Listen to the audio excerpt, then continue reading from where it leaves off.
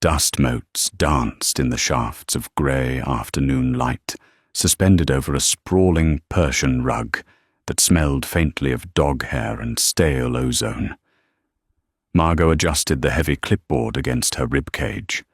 The plastic edge dug a sharp line into her sternum, a grounding ache in an otherwise suffocating room.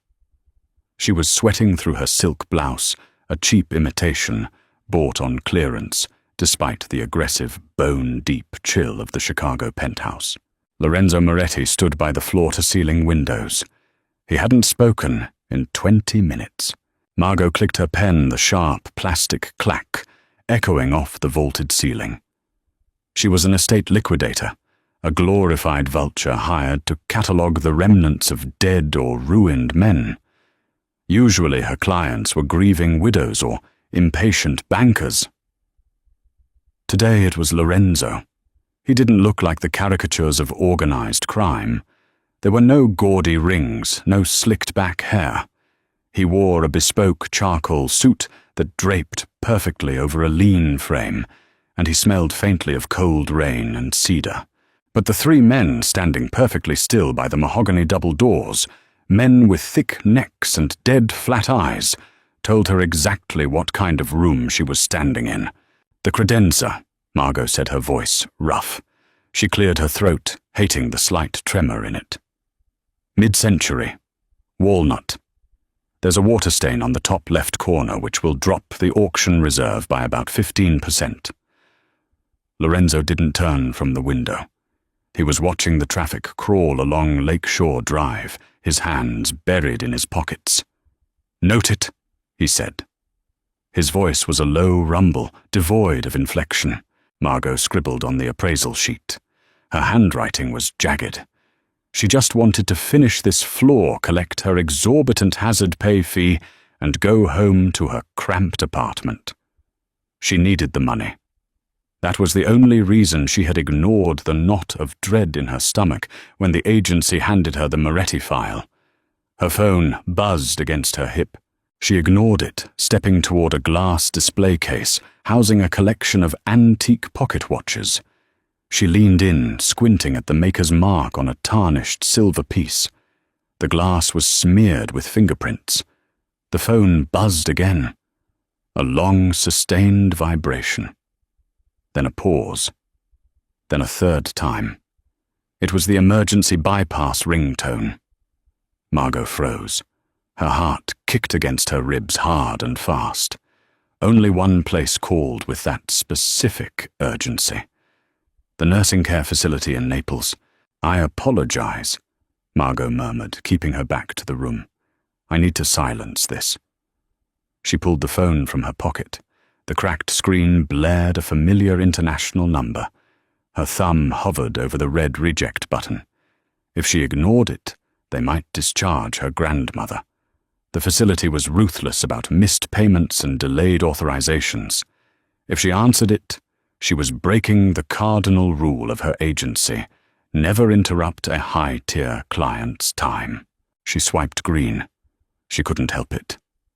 Pressing the phone hard against her ear, she turned her face toward the dusty corner of the room, hunching her shoulders to muffle the sound. "Pronto," she whispered. A barrage of loud, aggressive Italian poured through the receiver. It was the facility administrator, Signora Rossi, her voice shrill and unforgiving. Margot squeezed her eyes shut. The headache that had been brewing at the base of her skull flared into a sharp, blinding throb. She pressed 2 fingers hard against her temple, feeling the oily residue of her morning makeup. "No ascolta," Margot hissed, her voice dropping an octave. She slipped effortlessly into the thick, guttural Campanian dialect of her childhood. It wasn't the lyrical, musical Italian of tourists. It was street-level rapid and hard-edged. "Ti ho detto che il bonifico arriva domani. Non puoi buttarla fuori. Ho I fottuti documenti che lo provano. I told you the wire clears tomorrow. You can't throw her out. I have the fucking paperwork to prove it." The woman on the other end barked a laugh, dismissing her. Margot's grip on the phone tightened until her knuckles turned white. The professional quiet estate liquidator vanished, replaced by a desperate, cornered woman. She forgot the penthouse. She forgot the men at the door. "Stammi a sentire, brutta stronza." Margot snapped, her voice trembling, with a potent mix of exhaustion and rage. "Se le togliete le medicine stanotte, giuro su Dio che vi denuncio.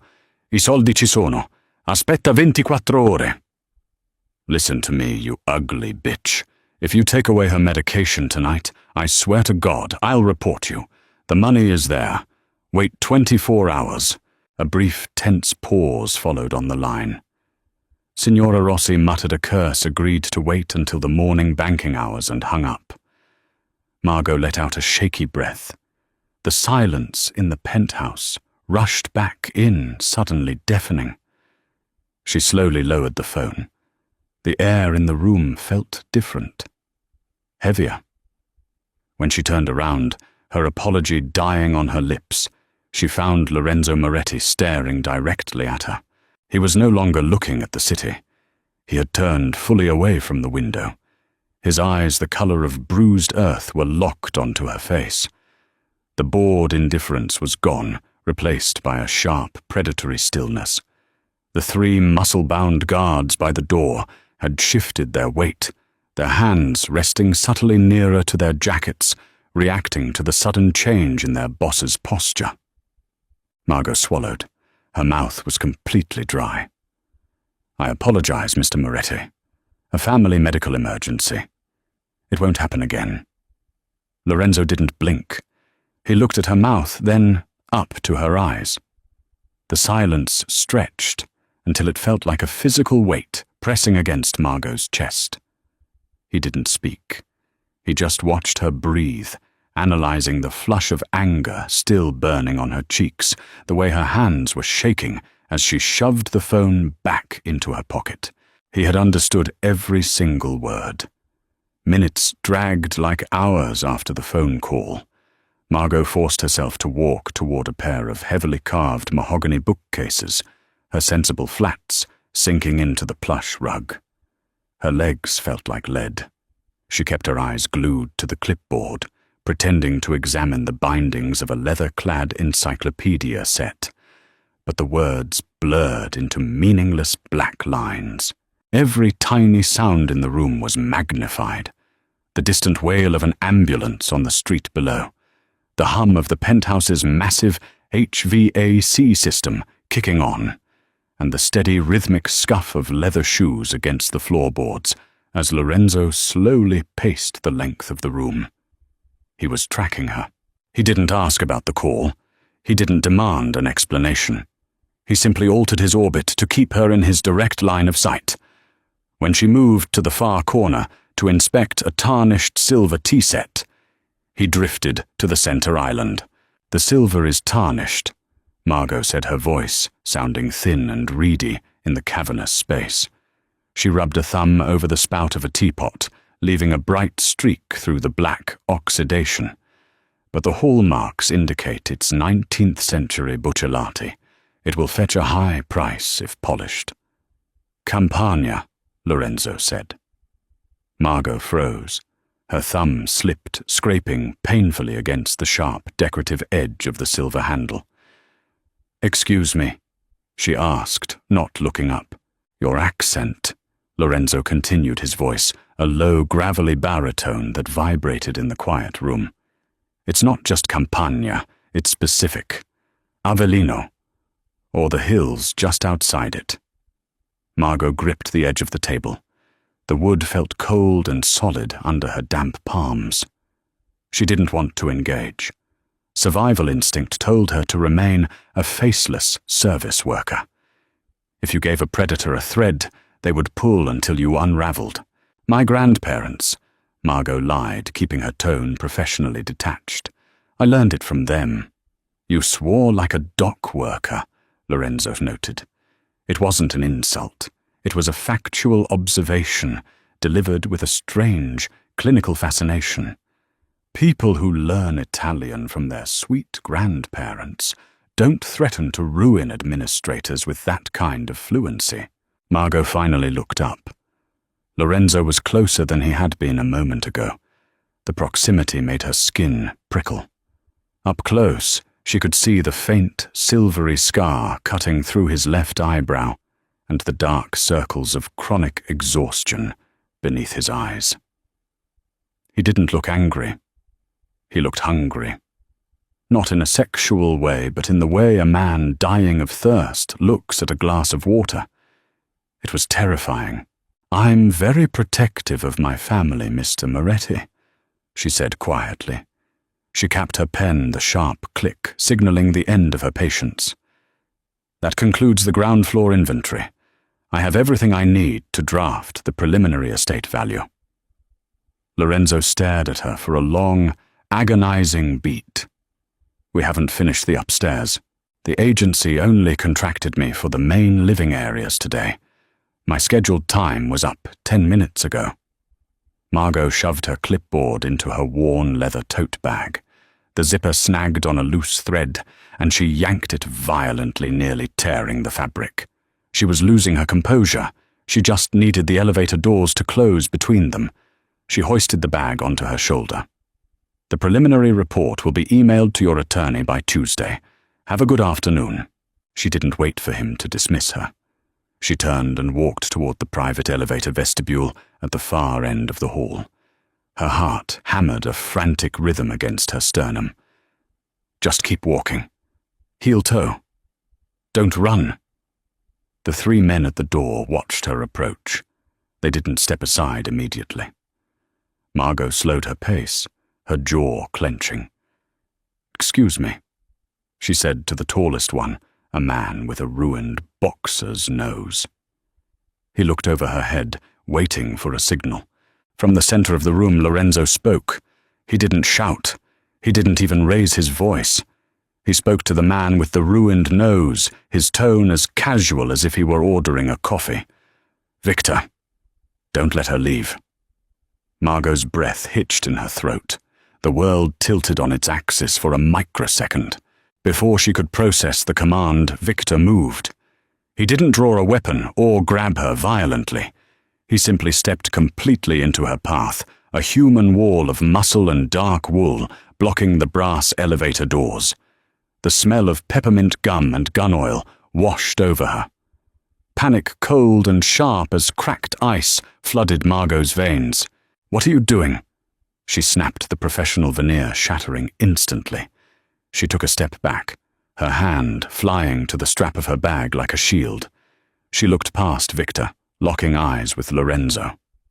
"My agency knows I'm here. My GPS is tracked. You can't just... I can do whatever I want, Margot," Lorenzo said. He was walking toward her now, his footsteps slow, deliberate. She hadn't told him her first name. It was on the agency paperwork, yes, but hearing it in his mouth made her stomach drop into her shoes. "I have a schedule." She lied, her voice cracking halfway through the sentence. She hated herself for the crack. She wanted to sound brave, defiant. Instead, she sounded exactly like what she was, a civilian, trapped in a room with monsters. "I have another appointment." "Cancel it," Lorenzo said. He stopped 3 feet away from her. The height difference was staggering. She had to tilt her head back to meet his gaze. "I won't," she breathed, her chest heaving. "Move your man, Mr. Moretti. Now." Lorenzo tilted his head slightly, studying the frantic pulse jumping at the base of her throat. He reached into his jacket pocket. Margot flinched, bracing herself, but he only pulled out a sleek black smartphone. "You owe a facility in Naples 12,000 euros in back pay for an Alzheimer's patient," Lorenzo said softly, reading from a message on his screen. He looked up, his eyes locking onto hers, pinning her in place. "Your bank account has $300 in it. The wire you promised that woman on the phone doesn't exist." Margot felt the blood drain from her face. Her legs went completely numb. He had pulled her financial life apart in the 10 minutes since she hung up the phone. "Who are you?" she whispered, the fight leaking out of her, replaced by a hollow, yawning terror. Lorenzo stepped closer, encroaching on her personal space. The scent of cedar and cold rain enveloped her. "I'm the man who just bought your debt," he said, his voice dropping to a near whisper, meant only for her. "Which means you aren't leaving until we discuss exactly how you're going to pay me back." Nausea hit her first. It was a cold, heavy stone dropping directly into her lower stomach, bringing with it a sudden metallic taste in the back of her mouth. Margot stood paralyzed. The brass elevator doors behind Victor's massive shoulder reflected a warped, distorted version of her own face. Pale, wide-eyed, completely stripped of the professional mask she had spent years perfecting. 12,000 euros. It was a number that had haunted her sleep for 6 months. She had sold her car, downsized her apartment, and pawned her mother's wedding ring to keep the Naples facility at bay. She had lied on the phone just 20 minutes ago, bluffing with a wire transfer she knew she couldn't back up, praying for a clerical error or a sympathetic weekend nurse to buy her 3 more days. Lorenzo Moretti had dismantled her entire life's struggle in the time it took her to walk 30 feet across a room. "My bank accounts are private," Margot managed to say.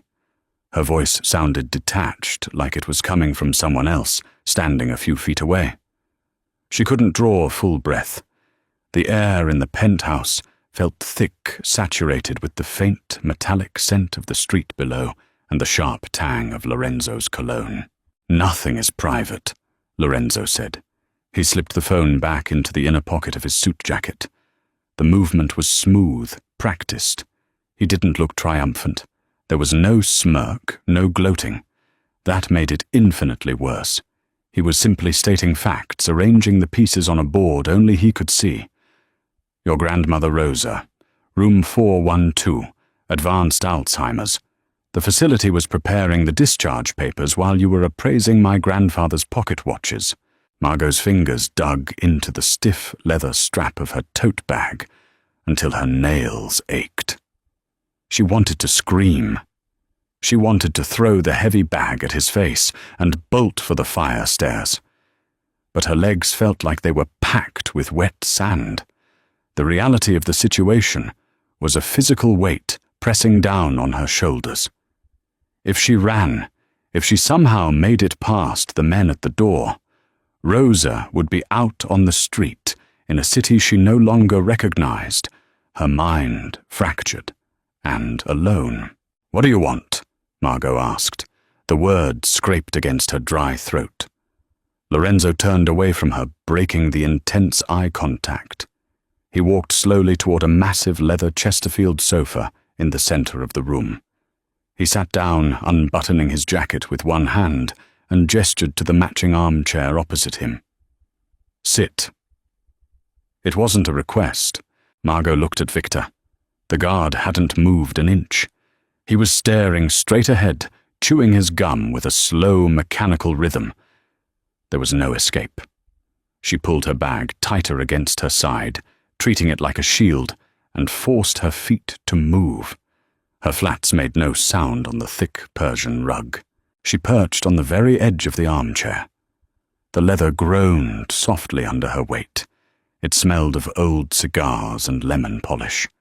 She kept her knees pressed tightly together, her back rigid. "I don't have money," Margot said, her voice shaking despite her desperate attempts to control it. "You saw the account.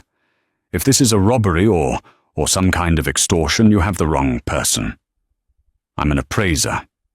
I make $55,000 a year."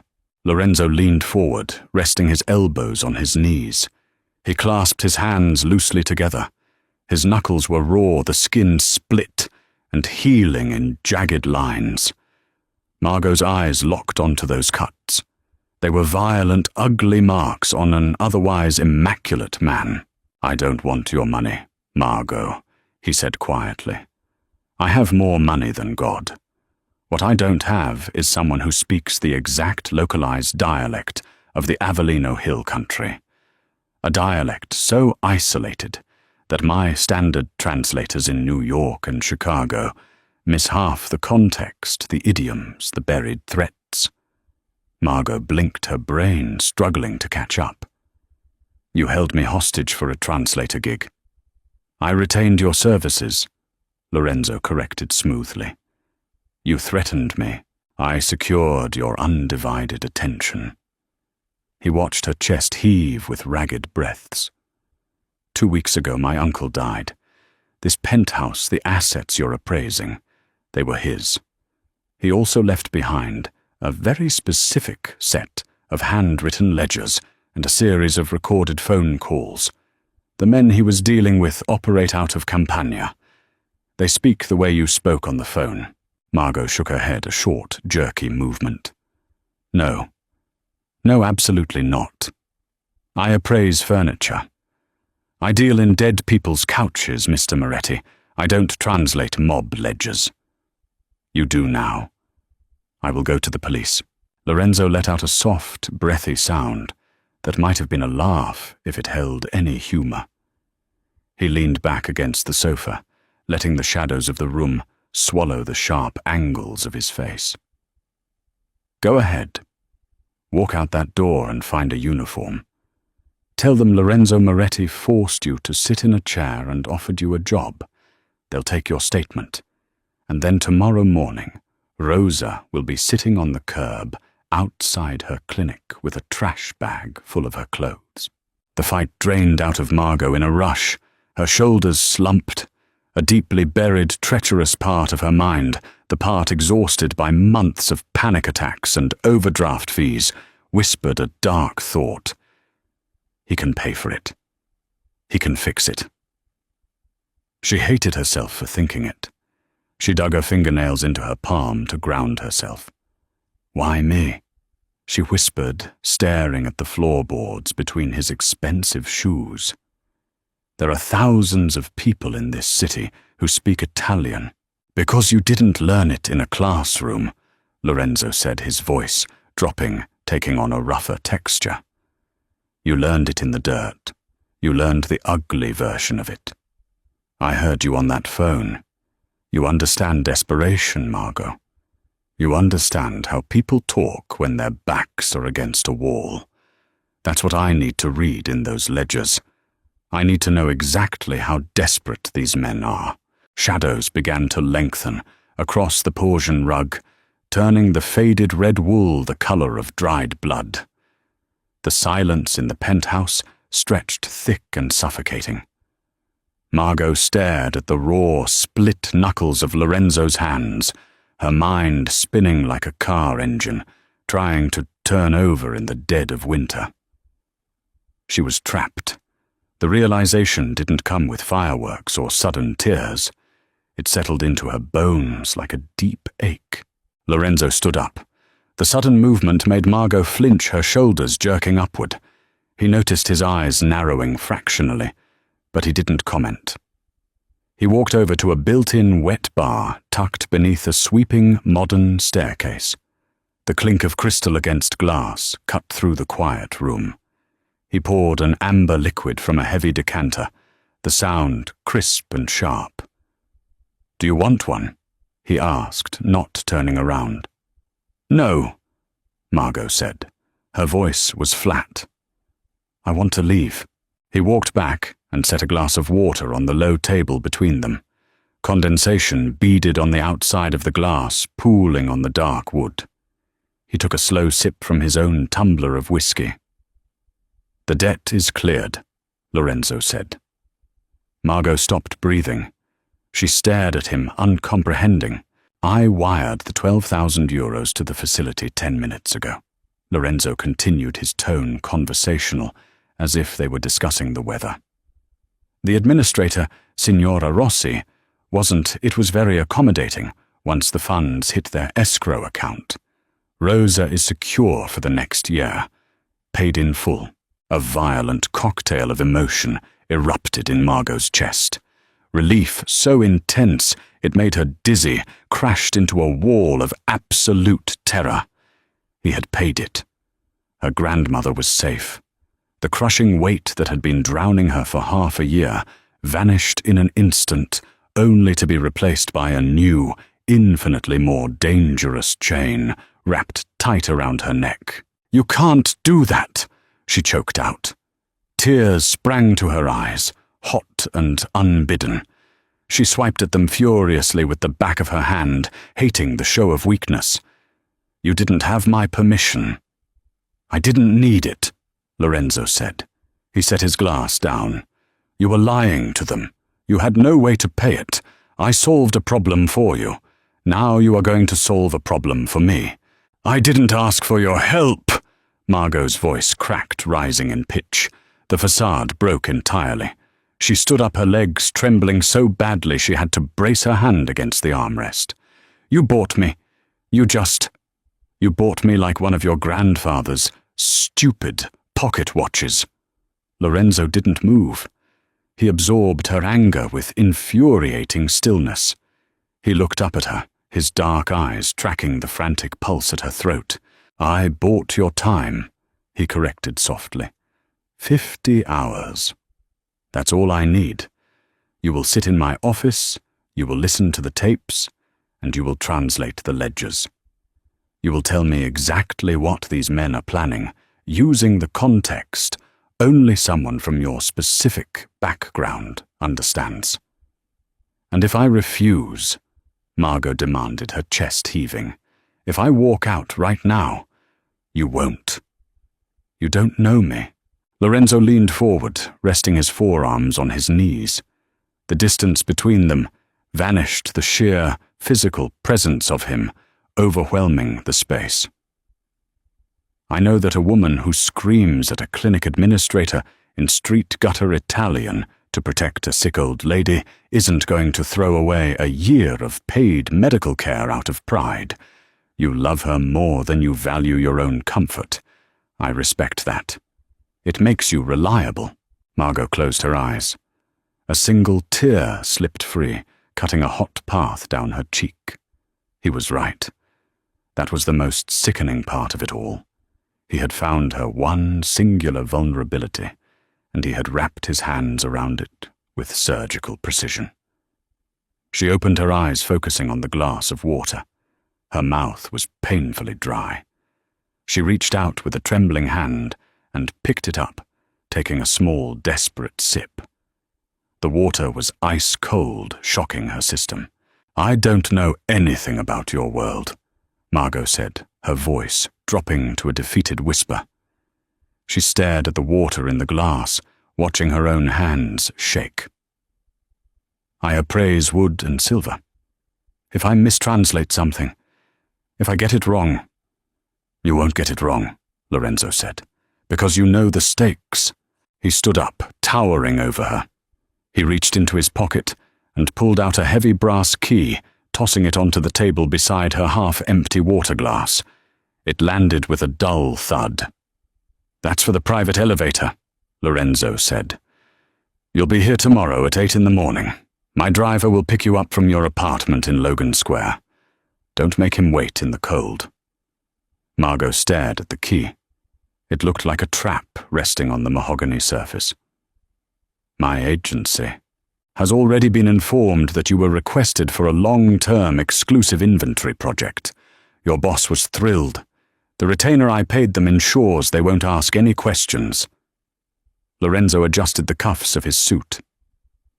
"Victor will walk you out." He turned his back on her and walked toward the far end of the penthouse, disappearing into the shadows of a hallway. Margot stood alone in the center of the vast room. The air conditioning kicked on, sending a draft across the back of her damp neck. She looked toward the brass elevator doors. Victor had stepped aside, leaving the path clear. The cage was open. She slowly reached down her cold fingers, closing around the heavy brass key. It felt like holding a live coal. She dropped it into a tote bag, the metal clinking against her pens, and walked toward the exit, knowing with terrifying certainty that her old life had just ended. Morning broke over Logan Square in bruised shades of purple and grey, filtering through the cheap plastic blinds of Margot's apartment. She hadn't slept. Her eyes burned dry and gritty as she stood by the cramped kitchen window, holding a mug of lukewarm tap water. The radiator in the corner hissed a metallic, rhythmic spit that usually comforted her with its predictability. Today, it just sounded like a countdown. She was dressed in her best professional armor, a charcoal turtleneck, heavy black slacks, and a structured blazer. It was the outfit she wore when dealing with hostile bank executors, designed to make her look older and severely unapproachable. Staring at her pale reflection in the microwave door, she knew the clothes wouldn't work on Lorenzo Moretti. He had already seen the terrified, desperate woman underneath.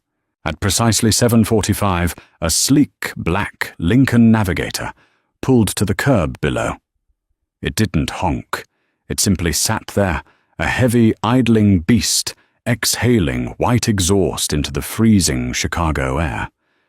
Margot swallowed the rest of her water. It tasted faintly of old copper pipes. She picked up her leather tote bag, feeling the dead weight of the brass key resting at the bottom. She didn't leave a note. There was no one to leave a note for. The driver didn't speak when she opened the rear door. He was broad-shouldered, wearing a dark suit that strained across his back, and he kept his eyes fixed on the rearview mirror until she clicked her seatbelt into place. The interior of the SUV smelled of expensive chemical leather cleaner and a faint, lingering trace of cigarette smoke. The privacy partition behind the front seats was already raised. Traffic on the Kennedy Expressway was a crawling nightmare. But the isolation inside the cabin made the city outside feel like a muted movie. Margot kept her hands folded tightly in her lap, her fingernails digging half-moons into her own palms. She tried to mentally review her appraisal notes from yesterday, desperately trying to cling to the mundane reality of her actual job, but her brain refused to cooperate. All she could hear was the harsh, guttural echo of Lorenzo's voice. "I bought your time." They bypassed the main entrance of the downtown high-rise entirely. The driver navigated down a ramp into a subterranean parking structure, swiping a keycard that opened a heavy, unmarked steel gate. He parked next to a row of concrete pillars. "The elevator is through that grey door, miss," the driver finally said, his voice a gravelly rasp. "Use the key." Margot stepped out. The underground air was freezing and smelled of motor oil and damp concrete. Her sensible heels clicked loudly, echoing off the low ceiling as she walked toward the featureless grey door. It opened into a small, brutally sterile vestibule containing a single brass-trimmed elevator. She dug into her bag, her fingers clumsy and numb. The brass key slid into the lock panel beneath the call button. It turned with a heavy, oiled click that sent a vibration up her arm.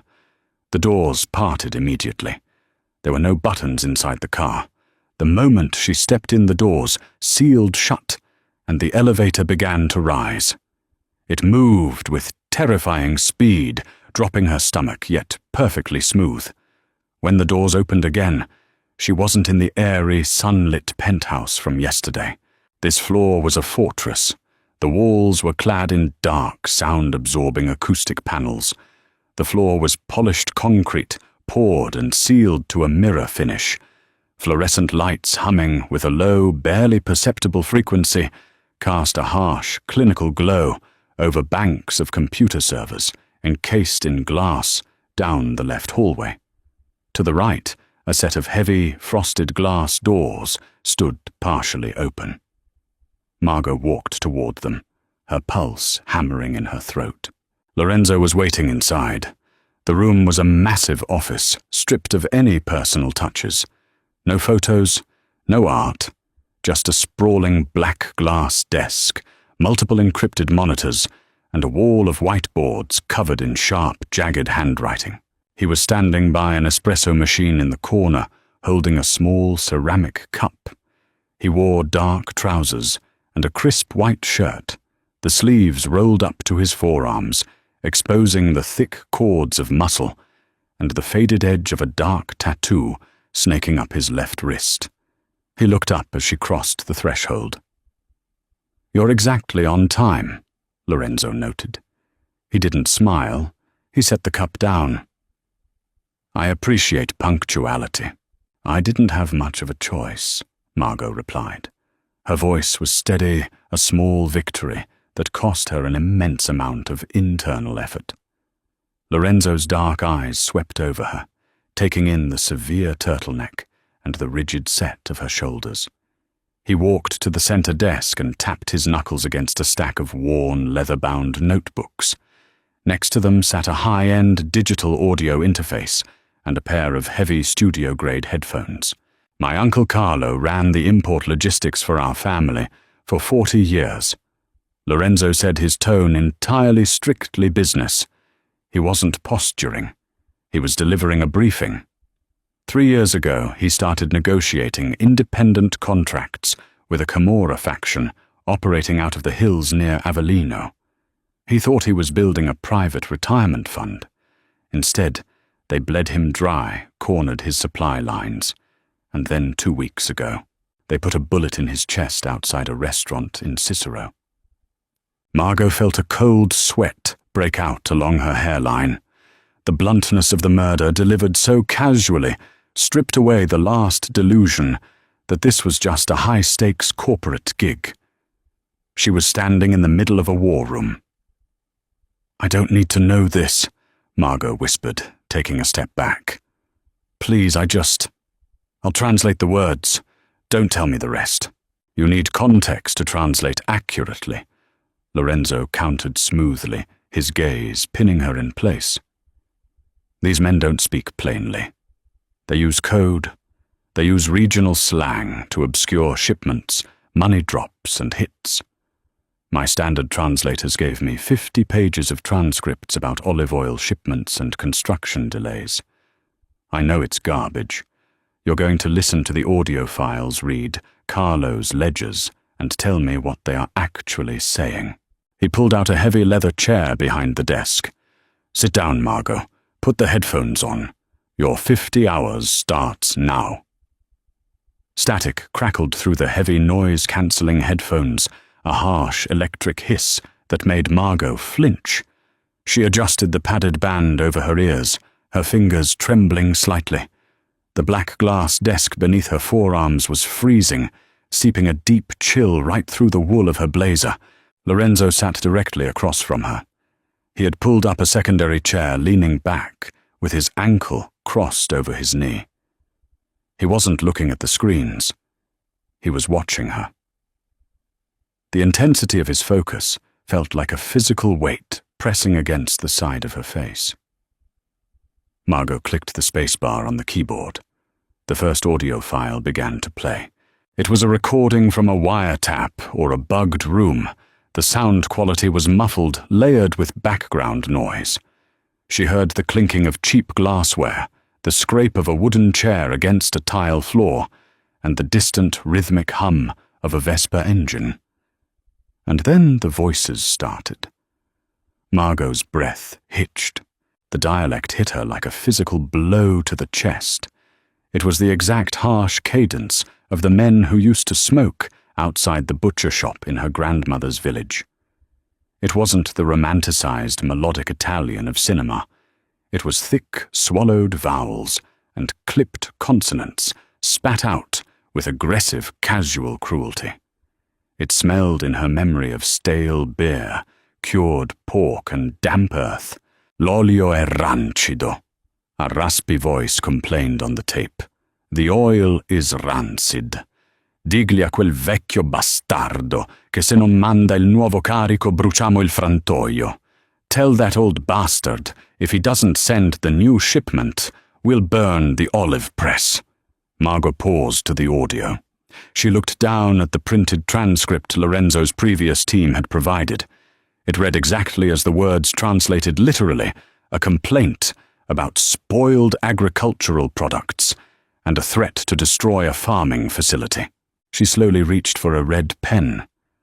Her hand shook, but as the ink met the paper, the professional analytical part of her brain, the part that could date a mahogany veneer by touch alone, kicked in. It was a defense mechanism. If she treated this like an appraisal, a puzzle of language rather than a map of murder. She wouldn't fall apart. "They aren't talking about olive oil," Margot said, her voice cracking slightly in the quiet room. She cleared her throat and tried again, projecting more volume. The previous translator took it literally. Lorenzo sat forward, the casual posture vanishing instantly. He rested his elbows on the desk. "Explain. In the Avellino Hills, olio rancido, rancid oil, is street slang for money that has been marked or money drawn from a frozen account. It means heat. Police attention." Margot dragged the red pen through the printed text, crossing it out with a violent slash. "They are telling your uncle that the last payment he sent was traceable." Lorenzo didn't move, his eyes narrowed, absorbing the information. "And the olive press, the frantoio. It's not a press," Margot said, staring at the notebook. Her stomach churned.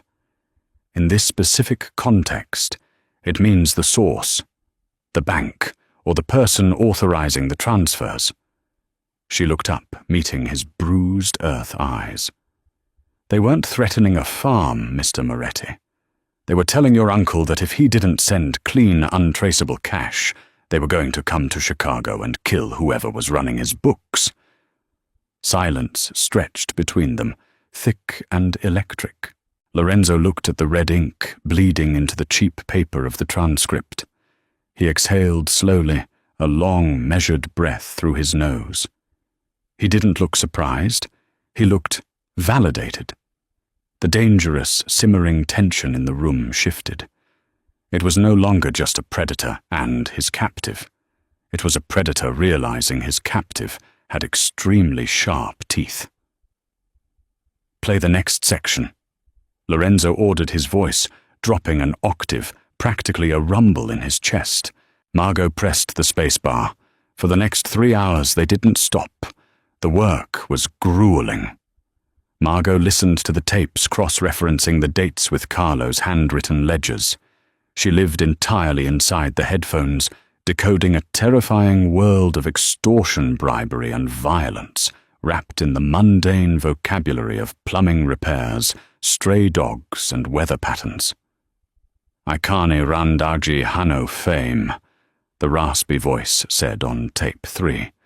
"The stray dogs are hungry." "Untraceable couriers," Margot murmured, rubbing her aching temples. She scribbled the translation into the margins of the ledger. "They want the couriers paid a higher premium." Lorenzo was a silent, looming presence. He anticipated her needs with unnerving precision. When she reached blindly for her empty water glass, he replaced it with a fresh, ice-cold one before she even fully opened her eyes. When she rubbed the back of her stiff neck, he adjusted the ambient temperature of the room from a digital panel on his phone. It was an intimate, highly observant kind of care, entirely at odds with the fact that he was keeping her there against her will. By noon, Margot's brain felt like it was packed with cotton. She hit pause and pulled the headphones down, letting them rest around her neck. She squeezed her eyes shut, fighting off a brewing migraine. "Take a break," Lorenzo said. Margot opened her eyes. He was standing right next to her chair. She hadn't even heard him move. The scent of cedar and cold rain washed over her, grounding her instantly in the sterile office. He placed a small ceramic plate on the desk next to her keyboard. On it was a simple, perfectly made espresso and a piece of dark chocolate. "I don't want anything from you," Margot said stubbornly, staring straight ahead at the monitors. "You're shaking," Lorenzo pointed out. His tone was infuriatingly calm.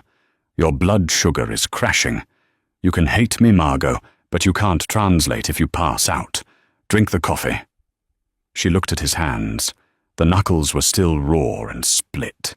She realized with a sudden jarring clarity that the men on the tapes, the men threatening to burn and bleed his family, were the targets of whatever violence those hands had recently committed. A terrifying contradiction warred inside her. She despised him for dragging her into this darkness, for using Rosa's life as leverage. But as she looked at the espresso, a small, dark part of her, the part tired of being stepped on by banks and administrators, felt a perverse thrill at being the one to hand Lorenzo the matches he would use to burn those men to the ground. Margot picked up the espresso cup. Her hand was indeed trembling. She took a sip. It was bitter scalding and perfect. "Tape 4, she said, her voice hard. She didn't look at him as she pulled the headphones back over her ears. "Let's finish the month of October." Rain lashed against the reinforced glass of the office window, driven hard by the freezing winds coming off Lake Michigan. Inside the soundproof room, the storm was nothing but a dull, rhythmic thud. Margot sat hunched over the black glass desk, the blue light of the monitor reflecting in her bloodshot eyes. It was past 8 in the evening. Her back screamed in protest, a knot of tension burning between her shoulder blades. She had been translating for 10 hours straight. Lorenzo had barely moved. He operated with a terrifying mechanical endurance. Throughout the afternoon, his men had come and gone in silence, handing him manila folders or leaning in to whisper updates. He processed the information, instantly issuing low monosyllabic commands before returning his absolute suffocating attention to Margot and her notebook. She paused the 10th audio file, her finger hovering over the spacebar.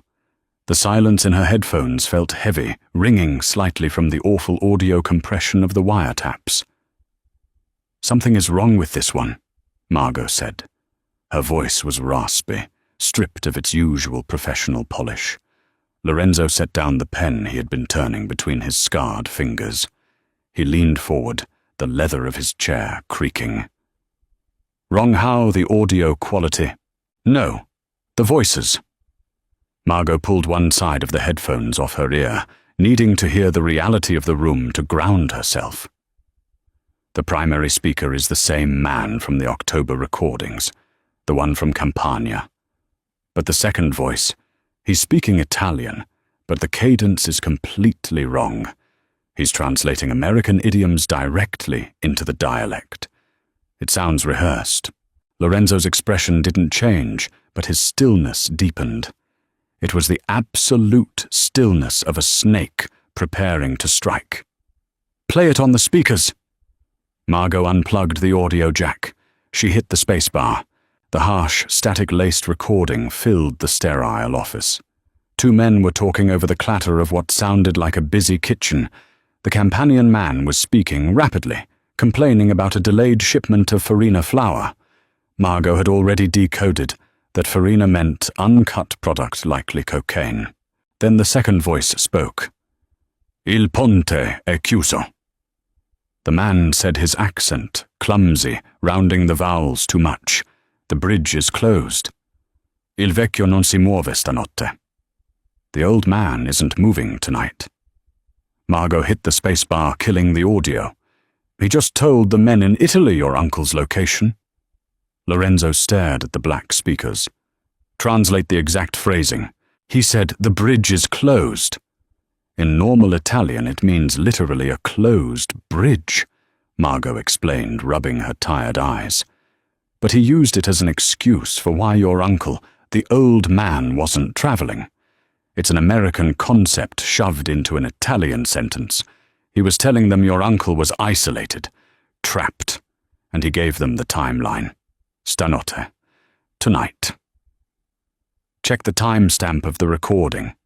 Lorenzo ordered, his voice dangerously soft. Margot looked at the digital file data on the monitor. November 12th, 11:40 p.m. Lorenzo closed his eyes. For a fraction of a second, the immaculate, terrifying Mafia Boss vanished, replaced by a man absorbing a mortal blow. Carlo was killed on the 13th, at 1 in the morning. A cold spike of adrenaline pierced through Margot's exhaustion. The timeline was perfect. The recording wasn't just a business dispute, it was the setup for a murder. She looked at the transcription she had just written out. "The American," Margot said hesitantly, the implication suddenly making her sick to her stomach. He's part of your organization. He's the one who sold your uncle out. Lorenzo opened his eyes. They were completely dead. The bruised earth color had darkened to black. He stood up slowly, picking up his phone from the desk. Did he use a name? Lorenzo asked. No, Margot said, scanning her notes. But the Italian man called him cugino. Cousin, not literally. It's slang. It's what you call someone who handles internal banking. A bookkeeper. Lorenzo didn't say a word. He didn't scream or throw anything. He simply pressed a single button on his phone and lifted it to his ear. The silence in the room stretched brittle and sharp while he waited for the line to connect.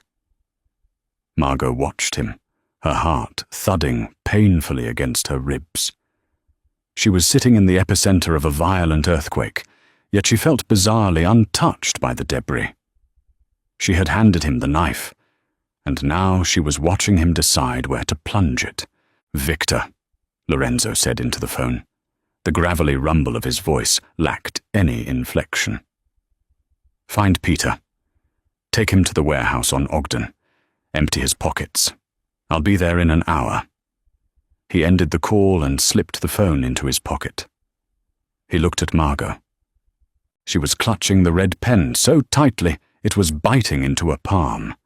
She knew with absolute certainty that Peter was a dead man. The realization didn't bring the moral panic she expected. Instead, a deeply cynical survivalist instinct flared inside her. The man who ordered Rosa's eviction would have let her grandmother die in the streets. The man in front of her was going to execute a traitor, but he had paid for Rosa's safety. The world was not composed of good and evil anymore. It was just a currency of leverage, and Margot was finally learning how to spend it. Save the file, Lorenzo instructed. He walked over to the coat rack and pulled down his charcoal overcoat. We are done for the day. Exhaustion hit Margot like a physical blow the moment she saved the document and pushed the keyboard away. Her shoulders slumped. The adrenaline that had carried her through the terrifying revelation of the wiretap evaporated, leaving behind a hollow, aching emptiness. Her mouth tasted like old coffee and copper. Lorenzo was shrugging into his overcoat. He adjusted the collar, his movements precise and unhurried. He didn't look like a man on his way to commit a murder. He looked like an executive leaving a late board meeting. My driver is waiting in the subterranean garage, Lorenzo said. He will take you home. You will be back here at 8 tomorrow morning. Margot stood up. Her legs were shaky, the muscles stiff from sitting in the same rigid posture for 10 hours. She reached for her leather tote bag. It felt 10 times heavier than it had this morning. What happens to him? Margot asked. The words slipped out before she could bite them back. Lorenzo paused his hand, resting on the heavy metal handle of the frosted glass door. He turned his head, looking at her over his shoulder. The harsh fluorescent lights caught the silvery scar running through his eyebrow. You translate, Lorenzo said flatly. You don't ask questions about the application of your translations. I have a right to know what I'm a part of. She shot back a sudden spark of defiance, cutting through her fatigue. Lorenzo turned fully around. He closed the distance between them in 3 long strides, stopping just inches from her. Margot held her ground, refusing to step back, but she had to tilt her head to maintain eye contact. The sheer physical presence of him, the smell of the rain on his coat, the heat radiating off his body was overwhelming. You aren't a part of anything, Lorenzo said, his voice dropping to a harsh whisper. You are a civilian who speaks a useful language. Do not confuse your utility with belonging. You do not want to belong to this Margot. He reached out. Margot flinched instinctively, but he didn't strike her. Instead, his large, rough fingers brushed against the collar of her blazer adjusting a fold of the fabric that had gotten caught on her lapel. The gesture was incredibly intimate, entirely contradictory to the violence in his eyes. "Go home," he murmured, his fingers lingering for a fraction of a second near the frantic pulse jumping at the base of her throat. "Lock your door. Sleep. When you come back tomorrow, we finish the November ledgers." He dropped his hand and walked out the door, leaving her standing alone in the center of the sterile humming room. The ride back to Logan Square was a blur. The black Lincoln Navigator slid through the rain-slicked streets of Chicago in absolute silence. The driver didn't speak. The privacy partition remained up. Margot stared out the tinted window, watching the neon signs of late-night liquor stores and wet pavement bleed together into abstract smears of color. When the SUV pulled up to her apartment building, the driver finally lowered the glass divider just an inch. "I will be here at 7:45, miss." Margot didn't answer. She climbed out into the freezing rain, pulling her blazer tight across her chest. Her apartment was freezing. The radiator was clanking violently, struggling against the sharp drop in temperature. She didn't turn on the lights. She dropped her bag by the door and walked straight to the bathroom, shedding her clothes in the dark. The hot water of the shower felt like a shock to her system. She stood under the spray until her skin turned pink, scrubbing at her arms and chest with a bar of cheap soap, trying to wash away the smell of the sterile office, the bitter taste of the espresso, and the lingering phantom sensation of Lorenzo's fingers grazing her throat. It didn't work. She wrapped herself in a worn towel and walked into her cramped bedroom. The streetlights outside cast long, skeletal shadows of the fire escape across her faded quilt. She sat on the edge of the mattress, the silence of the apartment pressing in on her. For the last 6 months, this silence had been her enemy. It was the space where her panic attacks bloomed, where she calculated her shrinking bank account and pictured Rosa wandering the streets of Naples. Now the silence was just silence. The crushing debt was gone. The frantic daily terror of being poor and responsible for a dying loved one had been erased by a single phone call from a monster. Margot pulled her knees to her chest, resting her wet forehead against her kneecaps. A dry, jagged sob tore its way out of her throat. She wasn't crying because she was scared. She was crying because she felt safe. It was a vile, toxic kind of safety, purchased with the blood of the men she was helping Lorenzo hunt. She crawled under the cold covers, shivering violently. She closed her eyes, trying to force herself to sleep. But every time she drifted off, she heard the thick, guttural dialect of her childhood echoing in her ears, wrapping around her like a chain, pulling her deeper into the dark. Morning arrived, not with sunlight, but with a flat, bruised grey that bled through the cheap plastic blinds. Margot woke, gasping, her sheets tangled around her ankles in a damp knot. The harsh syllables of a Campanian death threat were still dissolving on her tongue, an echo from the nightmares that had chased her through the night. The radiator in the corner was dead quiet. The apartment was freezing. She lay perfectly still for a long time, watching her own breath plume in the cold air, bracing herself for the familiar, crushing panic of her financial ruin to set in. It never came. Instead, a heavy, dark hollow sat right in the center of her chest. Rosa was safe. Peter was dead. Those two absolute facts circled each other like rabid dogs in her mind as she forced herself out of bed. She dressed mechanically. A thick navy wool sweater today, heavy black trousers and boots. It was armor that felt entirely useless. When she stepped out onto the wet sidewalk, the black Lincoln Navigator was already idling by the curb, a thick plume of white exhaust rising into the sleety Chicago air. The driver, the same broad-shouldered man, unlocked the doors with a heavy metallic clunk. He didn't look in the rearview mirror this time. The drive was a silent, grey blur of brake lights and wet asphalt, isolating her completely from the waking city. Subterranean garage, the heavy brass key, the stomach-dropping elevator ride. When the frosted glass doors of the server room parted, the air inside hit her like a physical wall. It felt thick, saturated, with the harsh, stinging bite of industrial bleach, stale black coffee, and a faint coppery tang that made the hair on her arm stand up.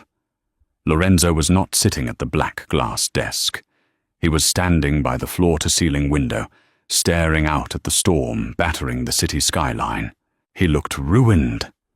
The immaculate, terrifying executive from yesterday had been completely stripped away.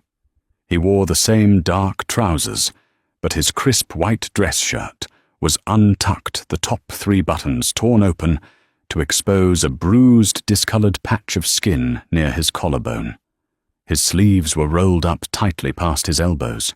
His forearms were covered in dark, intricate ink that looked stark and violent under the harsh fluorescent lighting. But it was his hands that made Margot's breath catch in her throat. His knuckles weren't just split anymore. They were a deep, mottled purple, the skin swollen raw and newly broken. Margot stopped just inside the doorway. The instinct to run flared bright and hot, a biological alarm screaming in her brain.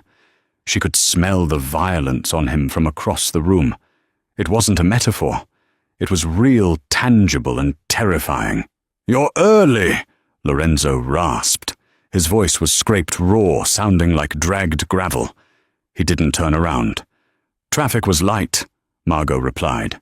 Her voice trembled, betraying the sheer icy terror spiking through her veins. He finally turned. His eyes were bloodshot, rimmed with deep, bruised shadows of absolute exhaustion. He looked at her, his gaze dropping to the heavy leather tote bag, clutched defensively against her stomach, then rising slowly to her pale face. There was no triumph in his expression, no psychotic cinematic glee. He just looked impossibly tired, a man carrying the crushing weight of a butcher's bill. He walked toward the desk, his movements stiff and heavy. He didn't offer her a polite command to sit. Instead, he picked up a heavy white ceramic mug from the edge of the glass and held it out to her. Margot stared at it. "I don't drink it," Lorenzo interrupted quietly. "Black. 3 sugars. You looked like a ghost when you walked out of here last night." She stepped forward, her hand shaking so badly she nearly spilled it as she took the mug. Their fingers brushed. His skin was ice-cold rough, like coarse sandpaper. A violent shiver racked her spine, completely unrelated to the temperature of the room. She took a sip. It was scalding, overwhelmingly sweet, and exactly what her crashing system needed. The bitter irony of the gesture tasted like ash in her mouth. He had spent the night beating a man to death, and then he had remembered exactly how she took her coffee. Margot set her bag down and pulled out her worn notebooks. She moved to her chair and sat staring at the blank sleeping monitors. The studio headphones sat waiting, coiled like a black serpent on the desk. "Is it done?" she whispered. She hated herself for asking. She didn't want the confirmation, yet the words spilled out anyway, driven by a morbid, terrifying curiosity. Lorenzo sank heavily into the chair across from her. He braced his elbows on the desk, resting his forehead against his bruised, swollen fists. Peter had a gambling debt. 50,000 to a bookie in Cicero. The men in Campania offered to clear it in exchange for Carlo's schedule. They bought him. $50,000. That was the price of a life in this room. Margot felt a sickening twist in her gut. She had sold her soul for 12. He begged, Lorenzo said, his voice muffled behind his hands. He cried. He swore on his mother's life. He didn't know they would kill Carlo. He thought it was just a robbery. Margot stared at the top of Lorenzo's head. The ruthless, untouchable boss was cracking just a fraction, leaking the toxic poison of his world onto the glass desk between them. She should be horrified. She should throw the hot coffee in his face and run for the elevator. But the cynical, hardened core inside her, the part that had fought tooth and nail, lying and screaming to keep Rosa alive, understood the brutal transactional nature of what had just happened. Peter made a trade. He lost. Margot reached out. Her hand hovered in the air for a second, trembling violently, before she gently laid her fingers over the coiled wire of the headphones. "We have work to do," Margot said softly.